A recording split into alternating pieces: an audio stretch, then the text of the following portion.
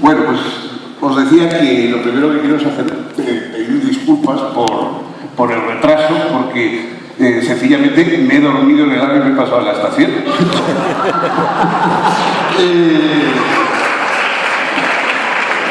Yo soy como los niños pequeños y cuando me subo en algo que se mueve me quedo dormido. Entonces, bueno, normalmente estoy acostumbrado a que sea la última estación a la que voy, pero esta vez no, y me pasa. Lo siento y perdonad. Bueno, el libro, lo que menciona Metivell, yo siempre he tenido una gran amistad intelectual, digamos, con Voltaire, ¿no? Porque es un personaje que me parece que es el que inicia el papel del intelectual como influencia positiva social. Antes de Voltaire, pues lo que se llamaban intelectuales eran los profesores de universidad o los clérigos que hablaban en el púlpito, pero Voltaire inaugura ese tipo de intelectual que habla para la gente, es decir, que se dirige no a un público profesional, ni a un público de creyentes, ni a un público obligado, sino a un público simplemente de gente interesada en lo que dice, que eso no existía hasta entonces. Claro, él tuvo que resolver un problema que es cómo hacer que personas que no están obligadas a leerte te lean, porque un profesor, pues mira, la gente tiene que escucharte si quiere aprobar el curso, o sea, les guste eso o no. Y un clérigo en el púlpito a la hora del sermón, pues la gente tiene que escuchar también porque forma parte de sus prácticas religiosas. Pero un señor que habla, pues, desde la libertad, etcétera, no tiene ninguna obligación la gente de escucharle, y si les aburre, pues se van, ¿no? Voltaire entonces resolvió ese asunto, o es el primero que lo resuelve, utilizando un instrumento atractivo para la gente que es el humor. Es decir, Voltaire introduce humor en sus textos porque es lo que los hace agradables y dignos de ser leídos, ¿no? Y sobre todo, la práctica es, el público preferido eran precisamente las señoras ellos sí que eran un público completamente nuevo. Madame Villefant, Luis de Lépinasse, todos estos, era un público totalmente nuevo. De hecho, los que brillaban en los salones eran los que sabían expresar cosas incluso abstrusas, pero de una manera agradable. Por ejemplo, todos habréis oído hablar, en el caso de Newton, cuyas teorías no son así fáciles de resumir, de la famosa manzana que cae del árbol. Esa manzana y el árbol y todo lo demás es un invento de Voltaire para hacer atractivo la historia de Newton, ¿no? Para explicar sencillamente, porque en esos salones del 18, organizados por estas señoras falsavias, se hablaba de cosas frívolas, pero también de cosas profundas, científicas. Bueno, y Voltaire es el primero que empieza a comprometer su prestigio en defensa de causas que él consideraba justas. El caso Calas, por ejemplo, el caso Calas era de un protestante que fue juzgado y condenado porque su hijo apareció colgado en su casa. Entonces se trazó la idea de que es que el hijo quería convertirse al catolicismo y el protestante no le dejaba y le había colgado para que no se convirtiese al catolicismo, cosa que era un invento porque el chico era un joven fuerte, etcétera, y el padre era un hombre mayor que no hubiera podido en ningún caso hacer eso. Entonces, un pariente se nos contó a Voltaire y Voltaire interviene, organiza una campaña de prensa, escribe a los magistrados, en fin, organiza un revuelo tal que efectivamente, finalmente, a pesar de que ya Calas había sido ejecutado, pero su caso se sobresee y se ve que no era... Bueno, entonces, a partir de ese momento, Voltaire interviene en otros casos parecidos, judiciales, etcétera, y ya se crea como un ambiente de que hay que recurrir a Voltaire. Cuando pasa una injusticia, cuando pasa tal, pues hay que decírselo a Voltaire. Voltaire, a todo esto, estaba allí en su castillo de Ferney, Ferney estaba medio, digamos, el campo que rodea Ferney estaba la mitad en Francia y la mitad en Suiza, en la zona de Ginebra. Entonces, cuando los venían a perseguirle los franceses, pues Voltaire se pasaba a Suiza, y cuando venían los suizos se pasaba a Francia. Y desde esa especie de tierra de nadie, de donde él hacía sus campañas las campañas, bueno, tenía una capa de movilización, se encontraron en Ferney, se encontraron 34.000 cartas escritas bueno, que dictaba a sus secretarios, ¿no? Usted, de modo que llega a tener un WhatsApp o algo así, pues no sé lo que hubiera hecho. Y ese nombre suyo, pues, queda ya como el nombre del intelectual al que se puede recurrir, que es el que protege, digamos, contra los abusos del poder, etc. De tal modo que en el asunto de Dreyfus, más tarde, pues, Zola también invoca la figura de Voltaire. Y sigue así hasta tal punto que yo estaba en Londres cuando ocurrió la fatwa de Khomeini contra Salman Rushdie. Entonces hubo una manifestación en Trafalgar Square y ahí en la manifestación había un grupo, no supongo que eran los profesores, ¿no? Por algo así, con una pancarta que decía avisada a Voltaire, ¿no? Y ahora cuando hubo los asesinatos en el 7 de enero de este año, el grupo de Charlie Hebdo, la manifestación enorme que hubo luego, que fueron jefes de Estado, etc. En esa manifestación había bastantes pancartas con un poco reproduciendo lo que es la portada del libro, o sea, la cara de Voltaire y arriba el Jesuit Satan. Y en 2 días se agotó la edición escolar del Tratado de la Tolerancia de Voltaire, se vendieron 50 o 60.000 ejemplares. O sea que es curioso que todavía sigue teniendo esa influencia irónica, humorística, antifanática, porque el adversario de Voltaire no era propiamente la persona religiosa, sino los fanáticos, ¿no? El lema del fanático, según Voltaire, era "piensa como yo o muere". Y efectivamente, pues contra esos fanáticos es contra los que él escribió, etcétera, etcétera. Y yo ahí lo que he hecho es, bueno, pues reunir. La obra de Voltaire es muy extensa, son 30 y tantos volúmenes en la obra completa, pero casi toda ella, lo que más fama le dio a Voltaire en su época, que eran unas tragedias en verso y unos largos poemas épicos, todo eso a nosotros nos resulta bastante insoportable. O sea, ninguno de nosotros leería esas cosas más que por si se dedica a la literatura francesa del 18, pero vamos, si no, no. En cambio, los textos breves, los cuentos, los apólogos, etcétera, que hace Voltaire son irresistiblemente divertidos. El Cándido es quizás más conocido, pero hay otros muchos. Y esos que muchas veces eran anónimos, que él no los reconocía, etcétera, eso es lo que hoy leemos de Voltaire. Y la correspondencia que está llena de cosas pues, muy sabrosas, ¿no? Entonces yo ahí en el libro hago una pequeña antología de cosas, de citas, de frases de Voltaire sobre muchos temas, tomados de su correspondencia, de sus textos más interesantes, y hago también un poco una reflexión sobre el fanatismo actual, ya haciendo yo un poco de discípulo, seguidor de Voltaire, pues sobre es lo que más miedo da en este momento. Tenemos muchos temores, pero en esta época de tanta incertidumbre, lo que parece que da especial miedo es el fanatismo, porque siempre ha existido el fanatismo. Lo que pasa es que la globalización lo ha hecho mucho más inabarcable, más presente. Nos da miedo aunque esté tan lejos.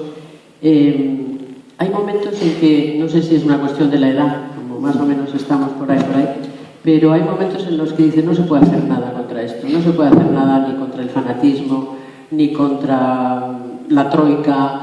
Mira lo que les ha pasado a los pobres griegos, que al final han tenido que pasar por todos los aros. ¿Qué pasa? Estamos completamente desasistidos. El fanatismo sí se puede combatir con leyes. O sea, es decir, que hay países donde ha habido mucho fanatismo, por ejemplo, como pero cuando España. te cortan la cabeza, como está sucediendo en determinados sitios, ¿qué haces? ¿Leyes para que no te la corten? No. Estoy hablando de dos fanatismos. Lo peligroso son los sitios donde mandan los fanáticos. O sea, si los fanáticos están dentro de una sociedad democrática, con leyes, etcétera, es decir, ahora nosotros no nos damos cuenta un poco de la evolución, pero claro, en este país, España, ha sido un país, digamos, en que daba mucha impresión, en el propio siglo XVIII, que aunque Francia también, y todavía en época de Voltaire, y es uno de los casos en que él escribe y tal, todavía en la Francia de la época de Voltaire, del siglo XVIII, la Francia ilustrada, la enciclopedia, todas esas cosas, todavía a un joven, al joven de Laval, que era un jovencito de 18, 19 años, así pues un poco truculento y arrogante, como suele ser a esa edad, etcétera, etcétera, porque no se descubrió al paso del Santísimo, le quemaron una piedra. Es decir, eso en el siglo XVIII, o sea que no, y no era, y era un país tal, y no digamos, en España, las memorias de Casanova, cuando Casanova llega a España, está en Madrid, en Barcelona, y cuando él llega a Madrid, pues bueno, coge una pensión y el hombre pues se mete en su cuarto y tal, y va a cerrar la puerta y ve que no se puede cerrar la puerta. Y entonces pues, sale a decirle que me ha dado una habitación que no se cierra. Y dice, no, se cierra, pero por fuera, porque por si acaso viene la Inquisición para ver quién está durmiendo, con quién, cómo, etcétera, etcétera. Casanova se dio cuenta de que no era precisamente la ciudad para él, o sea, que no iba... Pero bueno, pues eso y que en las iglesias figuraba la lista de las personas que no habían cumplido con el precepto pascual, por ejemplo, y todo eso por el estilo. Entonces, todo eso, a base de un poco de lucha de la laicidad y desde, a veces desde el anticlericalismo contra esas cosas, pues ha ido multiplicando. Y hoy la Iglesia no tiene estas cosas. O sea, es decir, que los fanatismos se curan con las leyes. Si tú dejas, y claro, y la ley la dicta el fanático, pues entonces tienes fanatismo para rato. O sea que si el que dicta las leyes es Khomeini, es muy difícil que la ley vaya a parar a los fanatismos. Ahora, si alguien separado del poder religioso puede dictar leyes desde un principio más racional, sí, eso, en fin, yo creo que eso es posible. Te decía de dos tipos, lo otro no es fanatismo, yo lo llamo fanatismo exagerando un poco, ¿no? Pero se puede hacer algo contra es que es el pensamiento único, lo voy a llamar así, contra la troika, contra las decisiones de Merkel, contra... El caso de Grecia. Grecia entró en la Unión Europea sin cumplir ninguno de los requisitos, un país que jamás había pagado impuestos nadie, etcétera, etcétera. O sea, todo eso, es decir, la situación de Grecia pues, es producto de los griegos, como es natural. Entonces, cuando tuvo que empezar a devolver la deuda, que se vio que no podía, mandaron a la Unión Europea 6 expertos en economía, entre ellos un español y una de esas, fueron a aconsejar y tal. Y entonces, pues claro, dijeron, lo que aconsejaron es que, bueno, que claro, ustedes cobran impuestos, porque no cobran impuestos, ¿cómo van a devolver la deuda? Hombre, es que eso no lo hemos hecho nunca, aquí no paga nadie impuestos, desde el primer naviero al último guía turístico nadie paga impuestos, y de todo esto no tendrá la culpa la Merkel. Entonces, claro, pues a Guillermo se le ocurrió decir, hombre, una cosa buena para empezar a hacer impuestos es gravar a los propietarios de viviendas, porque eso es muy difícil de ocultar, preguntar a un propietario de vivienda, grabar a los propietarios de vivienda y a partir de esos impuestos pues ir extendiéndolo a otras actividades, etcétera, etcétera. Y todo eso no es imposible, porque es que en Grecia no hay catastro. Entonces, en el año 2009, en Grecia no había catastro, y hoy todavía probablemente no lo hay.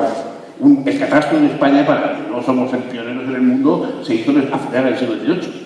Bueno, allí, entonces, claro, dice, hombre, pobre griego, pobre griego. Es que, claro, lo que tú no puedes es tener un país sin impuestos, sin catastro, sin no sé qué, pidiendo fondos de la Unión Europea y luego enfadarte porque dice que lo devuelva. Claro, es un poco raro, pero todo esto no se cuenta. O sea, el fanatismo es que todo esto se atribuye a una especie de conspiración de los enemigos del pueblo griego que nos humillan. Eso, vamos a ser un poquito serios. Eso no es fanatismo, eso es que hay que arreglar la situación de los países y que no hay abusos que terminan mal. Incapaz de llevarte la contraria, Fernando Savater, pero cuando hablamos del pueblo griego no hablamos de los dirigentes griegos que se han llevado toda la pasta y que han sido pero bueno, una vez por otra. Es otra discusión. Y que se han sido elegidos una vez por otra. Claro, fíjate tú que en las últimas elecciones los votos mayoritarios del pueblo griego fueron al partido de Tsipras, que no es precisamente que haya tenido mucho éxito, y al Amanecer Dorado, que a los nazis. Eso es lo que votó la gente. Para salir de la situación, lo que votó la gente son esos dos partidos. Hombre. No quiero desaprovecharte con una discusión política que da igual.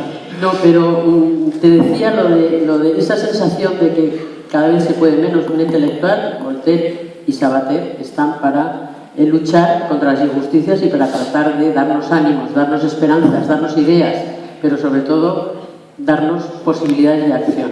Pero llega un momento en que, no sé si tú has arrojado alguna vez la toalla o sigues en la brecha, dando ideas y dando... Menos, pero sí algo. Menos. Hombre, hoy intelectuales que pueden intervenir en el mundo somos todos. O sea, yo siempre he definido el intelectual como aquel que trata a los demás como si fueran intelectuales. Es decir, el intelectual es el que habla a los demás intentando despertar la parte intelectual que hay en nosotros. No tratando de hacer, digamos, hacerles llorar, ni hacerles reír, ni etcétera, sino tratando de despertar la parte intelectual que hay en los demás. Esa es la tarea del intelectual. Y eso da igual, no hay que tener un carnet de intelectual. Quien habla a los demás así, sea pintor de brocha gorda, payaso de circo, o lo que sea, es el intelectual, el que está tratando a los demás como si fueran intelectuales. Y quien no lo hace, y lo que hace es arengas y intimidaciones o tal, ese no es un intelectual, aunque sea catedrático de 20 cosas. Bueno, yo creo que hoy intelectuales podemos serlo todos por medio de Internet, por medio de decir, hoy hay una extensión, una capacidad, y es verdad que Internet, que no suele resolver problemas, pero en cambio por lo menos puede provocar escándalos sobre ciertas cosas, y está ocurriendo pues todos los días, en casos notables, de abusos, de etcétera, pues Internet a veces es verdad que de una manera un poco confusa, pero bueno, ahí está. O sea y entonces yo creo que en vez de utilizar Internet pues para desahogos, insultos y para cosas de esas que a veces se utiliza, pues hay personas que lo utilizan para dar noticias, informaciones, pensamientos, etcétera. Y eso yo creo que cumple una función de intelectual, ¿no? Tú no estás en las redes sociales, en No, Twitter, en Facebook. Me ha pillado un poco mayor ya las redes sociales. ¿Crees? No, yo leo los blogs de los amigos y todo eso, pero bueno, no, yo lo único que sé es escribir en la prensa. Decía Machado que es difícil no caer cuando todo cae. O sea, vivimos en esta época de desolación, tú no te rindes ante la evidencia y no... ¿De qué manera crees que influye el destino, el azar, esas cosas incontrolables en nuestra vida? Yo creo que tú lo has estudiado también con mucha precisión, sobre todo en los últimos tiempos. Bueno, primero, épocas desoladas son todas, ¿verdad? O sea, no hay testimonios de épocas en que alguien haya dicho, oiga, qué bien se vive, qué estupendamente va todo, qué buenos son los que mandan, nadie roba, nadie... No hay ningún caso de eso, ¿no?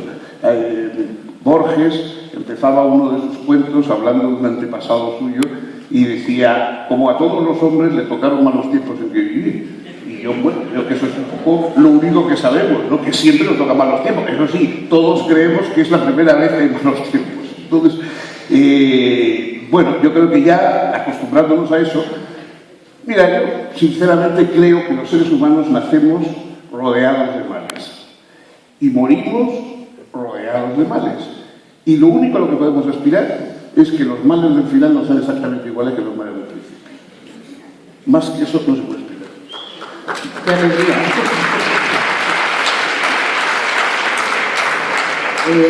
Leía el otro día una entrevista muy interesante tuya donde decías que la ficción tiene más fuerza que la razón.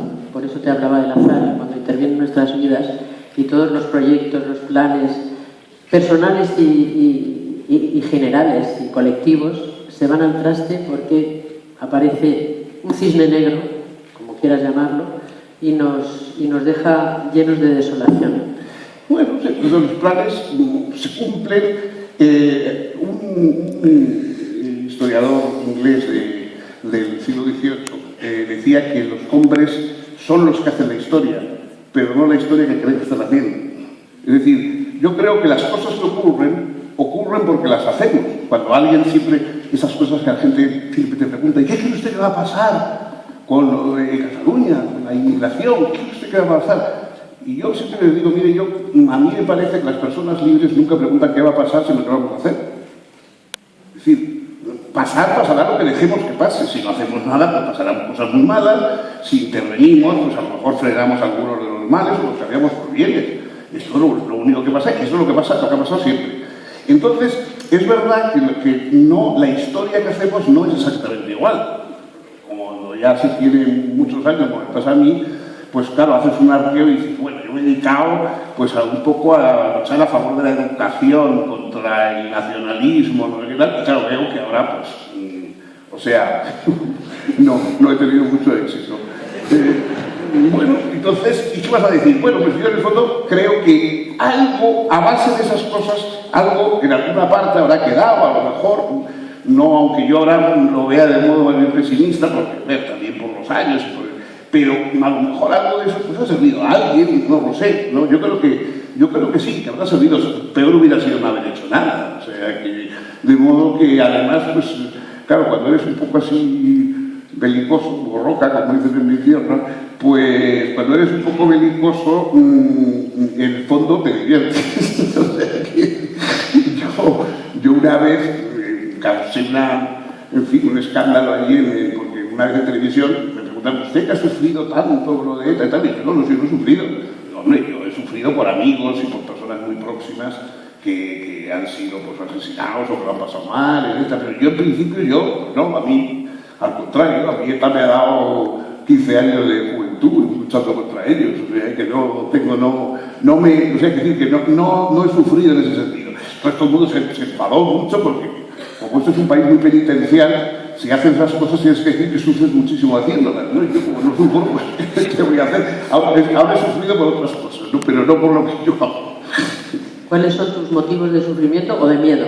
Es decir, los europeos, por ejemplo, tenemos que tener en este momento un miedo especial, dada la situación que nos está sucediendo en este momento. Estamos amenazados por dos flancos clarísimos y nosotros pues estamos un poco despistando la situación por lo de los inmigrantes, pero dentro de poco tendremos el mismo problema que tienen en Hungría, lo tendremos en el sur de España, ¿no? Yo a veces digo, ¿tengo que dejar mi casa de Almería a los refugiados o me la van a tomar por la... Algo para hacer. Bueno, hay dos tipos de cosas. Yo creo que una cosa son los inmigrantes y otra cosa son los refugiados. No sé por qué se establece esa diferencia. No, porque es básica. Es básica porque al refugiado tú no le puedes decir que acabe con la guerra de Siria. Es decir, yo me vengo huyendo porque en Siria hay un dictador feroz y un grupo de fanáticos igual de feroces que el dictador. Y como yo no soy ni de unos ni de otros, ni puedo evitar el que están cayendo bombas todo el día, pues me vengo con mis hijos aquí. Esto lo entiende cualquiera. En cambio, a un inmigrante sí le puedes decir, si usted es capaz de arriesgar su vida y su familia, etcétera, para buscar un mundo mejor en Europa, ¿por qué no lo busca en su país?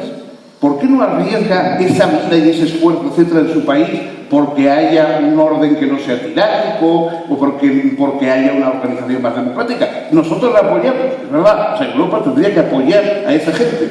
Pero decir, no, o sea, ¿usted está dispuesto a jugarse la vida para un mundo mejor en un país en que ya se han conseguido esas cosas gracias a que otros se jugaron la vida? Claro, evidentemente, como Montaigne. Entonces, ¿por qué no se queda usted en su país? Nosotros le ayudamos. Y ese esfuerzo que está dispuesto a hacer lo hace para mejorar la situación de su país. Eso al refugiado no se lo puedes decir. Al refugiado no se lo puede decir porque el hombre no puede acabar con la guerra de Siria, él ni su señora. Es decir, ahora, en otros casos sí se le puede decir, porque en otros casos lo que pasa es que hay estados fallidos, que hay estados que están con un tirano o con un grupo de fanáticos organizando el país, porque no hay democracia, porque no hay impuestos, porque no hay nada. No, eso se puede conseguir, eso se puede mejorar. Eso no es una tarea imposible. De hecho, la historia en Europa ha sido conseguir esas cosas. Entonces, eso se ha conseguido gracias a esas luchas. Yo no me atrevería, perdóname, yo no me atrevería a decirle a un inmigrante que viene de Guinea Ecuatorial, procura arreglar las cosas en tu país que te vamos a echar una mano. Primero porque no le echamos una mano. Eso sí, esa parte seguro. Esa parte no es un problema. Pero tú fíjate que la gente que viene es la gente buena.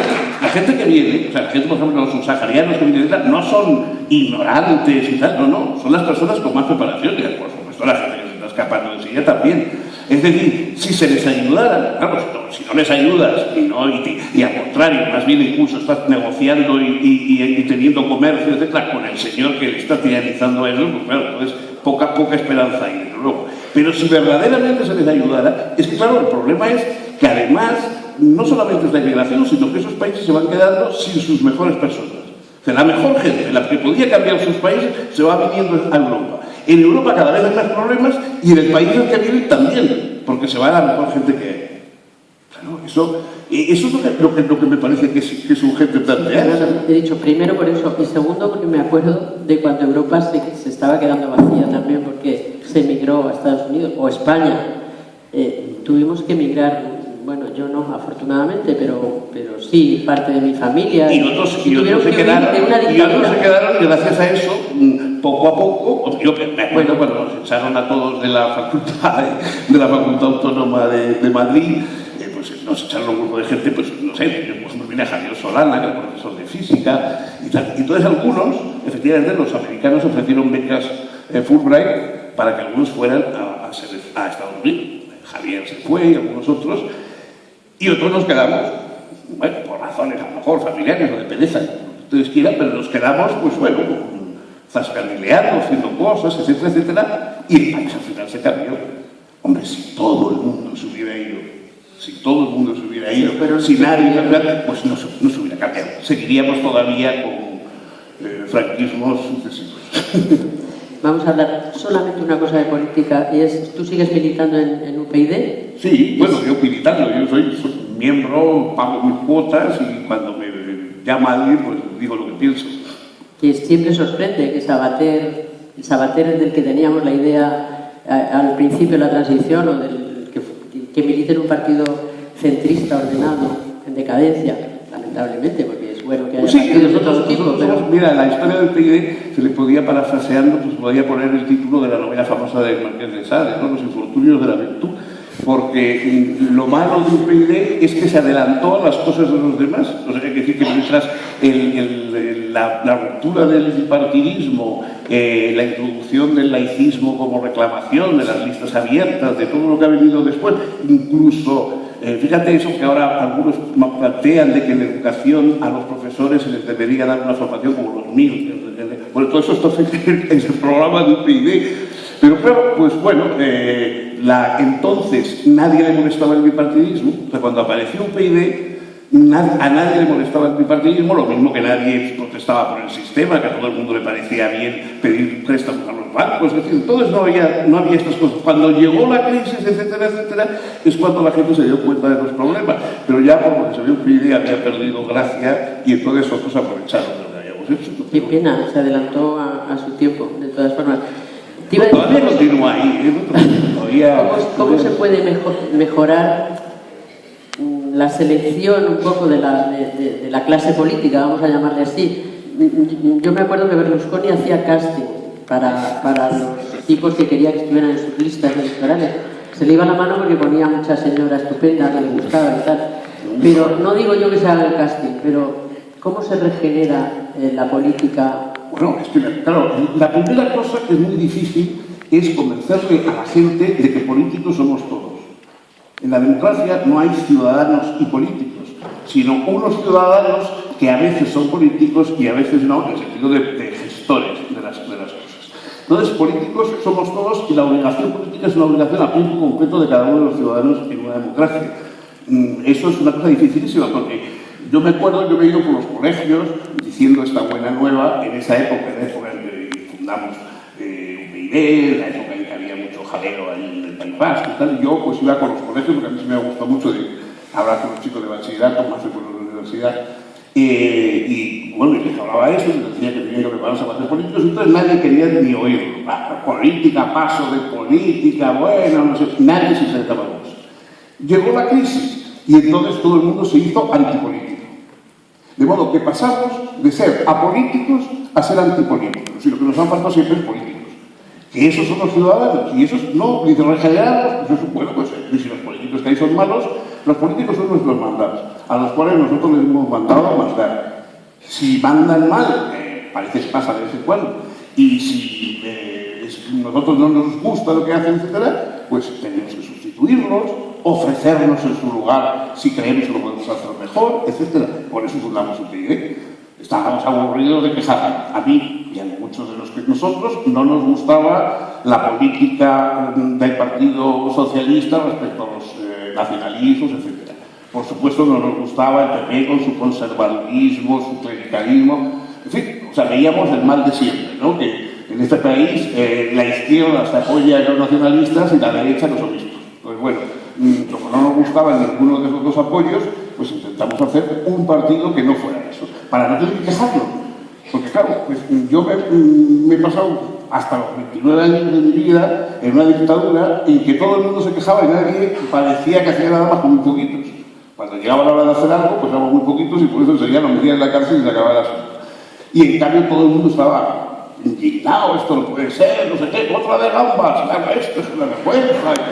Y claro, así hemos vivido. Yo entonces eso no me gustaba, por eso intentamos fundar un partido para que no fuera todo quejado. ¿Por qué en España nos hemos librado de momento del populismo radical? Es decir, hay actuaciones populistas, hay algunos partidos que lo ejercen y tal, pero no hemos tenido pues lo que tienen en gran parte de Europa, en Hungría, en Francia, en Dinamarca, en Holanda. Eso es muy interesante. ¿Y sabes por qué? Porque nuestro populismo son los nacionalistas. En España no ha habido un Pepe Grillo ni ha habido tal, porque esos papeles los han ocupado siempre los partidos nacionalistas. Los nacionalistas han sido nuestro populismo. En la parte más mezcla de fanatismo y de derechismo han sido los nacionalismos. O sea, lo que pasa es que a nadie se le ocurre pensar que Pepe Grillo es el nuevo Gramsci italiano. Pero en cambio aquí sí, aquí curiosamente, o sea, la postura más reaccionaria, más en contra del Estado de Derecho, etcétera, que es el separatismo, ha pasado como si fuera una cosa progresista. Que claro, esto es el asombro de todas las personas que reflexionan un poco en Europa y desde luego dentro de España, es cómo se ha llegado a esa equivocación, ¿no? Y entonces eso es lo que ha sustituido. Ahora ya en cambio empiezan a apuntar, porque se ha visto la corrupción de los partidos nacionalistas, sobre todo en Cataluña, etcétera, y entonces ahora sí que empiezan a apuntar populismos de otro puño, no estrictamente nacionalistas, ¿no? Pero si estamos en plena etapa populista con Cataluña, quiero decir que sí, es como el pasado, pero fíjate. Claro, el populismo es la democracia de los ignorantes. Entonces, claro, en un país en el que no tienes formación política, no hay clases, como sea, de ciudadanía, o lo que sea, ¿no? Hay una ignorancia, pues no sé, abismal sobre lo que es un ciudadano. Es decir, hay gente que confunde los rasgos culturales con los rasgos políticos. Desde el punto de vista político, no hay más que ciudadanos y el Estado, que es el que da la ciudadanía. Esa idea de que existen entidades fantásticas como Cataluña, el País Vasco, los catalanes, ¿no? O sea, hay unas demarcaciones administrativas, entre las cuales, por ejemplo, está Cataluña, hay unos ciudadanos empadronados en Cataluña, a los cuales no hay que llamarles catalanes, un pueblo mágico, sino simplemente son los que están empadronados allí, hayan nacido donde hayan nacido, etcétera, etcétera, y que por supuesto, claro, no tienen ninguna facultad para poder decir que se llevan parte del país con ellos. Pero bueno, para eso habría que explicarle a la gente que uno es ciudadano del país y no de la región, que ser ciudadano no es una cuestión sentimental, etcétera, sino que es una objetividad administrativa, ¿no? Y que entonces, pues bueno, precisamente la igualdad de una ley común para todos los ciudadanos es lo que nos permite que cada uno luego seamos lo que nos dé la gana. O sea, dentro de la ley, cada ciudadano puede ser diferente a todos los demás o parecerse a quien quiera. Haya nacido donde haya nacido, etcétera, etcétera. Pero esto a la gente no le interesa porque no les interesa ser individualmente libres.